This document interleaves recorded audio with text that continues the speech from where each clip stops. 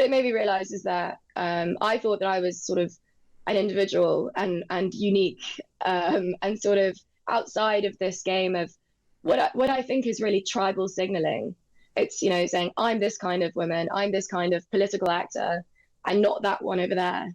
Mm. And I think that ultimately, you can almost with probably 90% accuracy divine someone's politics, especially young people here, based on how baggy their jeans are. Well, Poppy Sowerby, the Times' US production editor, decided to have a go and took her Maga Babe makeover onto the streets of New York and joins me now. Hello, Poppy. Hi, thank you for having me on. First question, big question. Why? Why did you do this? I did this because I'm convinced that when I say the phrase MAGA woman, we all have someone in mind. We can picture it so easily. And in a youth culture that's so divided by even just by fashion in America, I think that it would be very interesting to see how that would wash in Mamdani's hyper liberal New York. That's why. Tell us about the look. What does it involve? So the look I compiled from extensive research.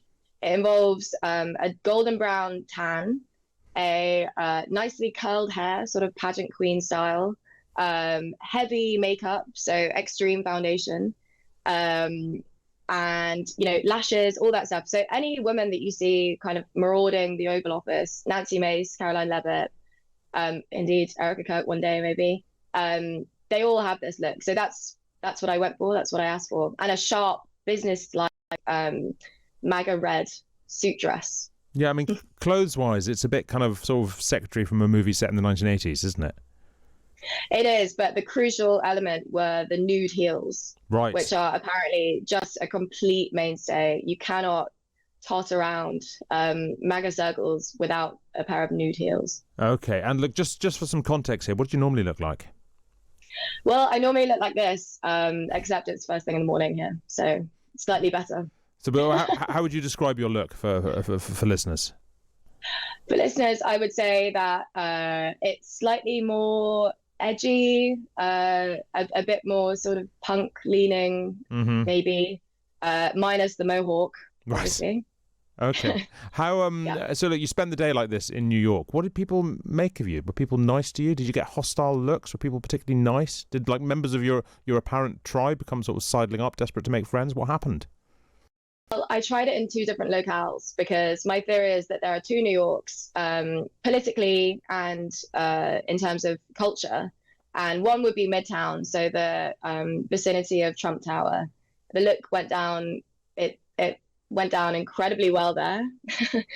I mean, strange things happen in Midtown every day, but I had some very approving comments and looks from particularly young men and old ladies. Really? They were very encouraging. Yes. One actually walked past me and said, "You go, girl." Wow. So that was lovely. And then I went to my current living place, well, my current home, the East Village, which to my mind, having been here about 7 months, is sort of it's the kind of center of the Mamdani electing side of New York. So, first generation New Yorkers, what they would call transplants, wearing, mess and outrageous things in supermarkets, look down like a cup of cold sick there. Were people actually nasty, or could you just feel bad vibes?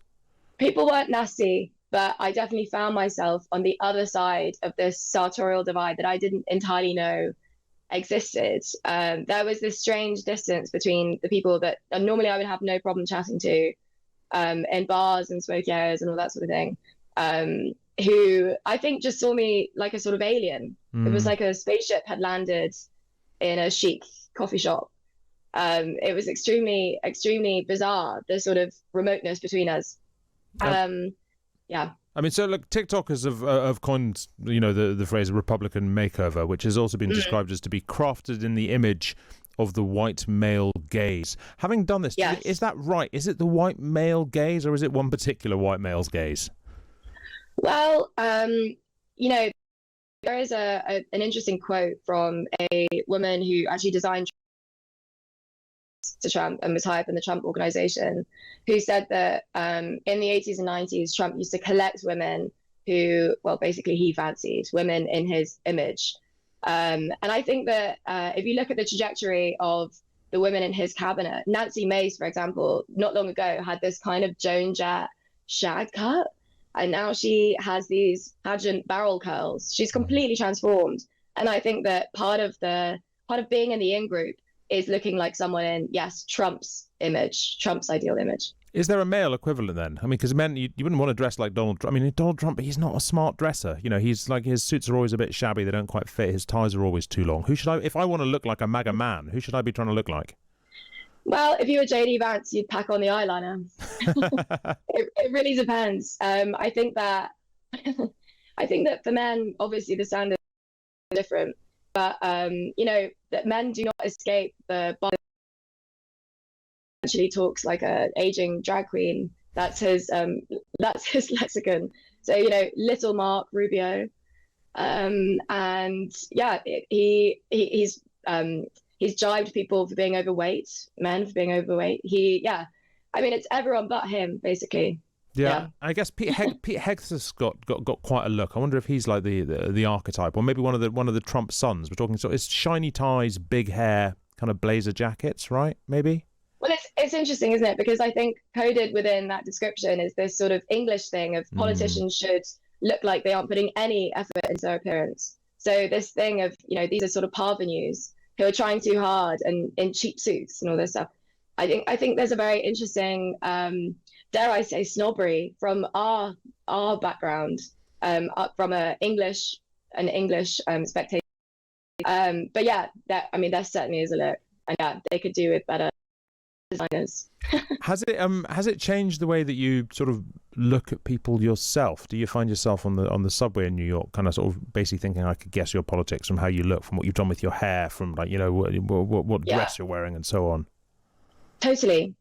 I would say that what it made me realize is that I thought that I was sort of an individual and unique, and sort of outside of this game of what I think is really tribal signaling.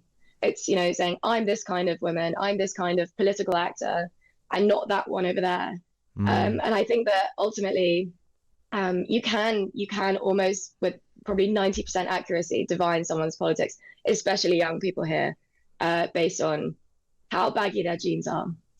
Yeah, it's that simple. Poppy Sowerby, thank you very much indeed. And you can read that piece about Poppy adopting the MAGA babe look, if not for long, in the paper. Thank you very much indeed.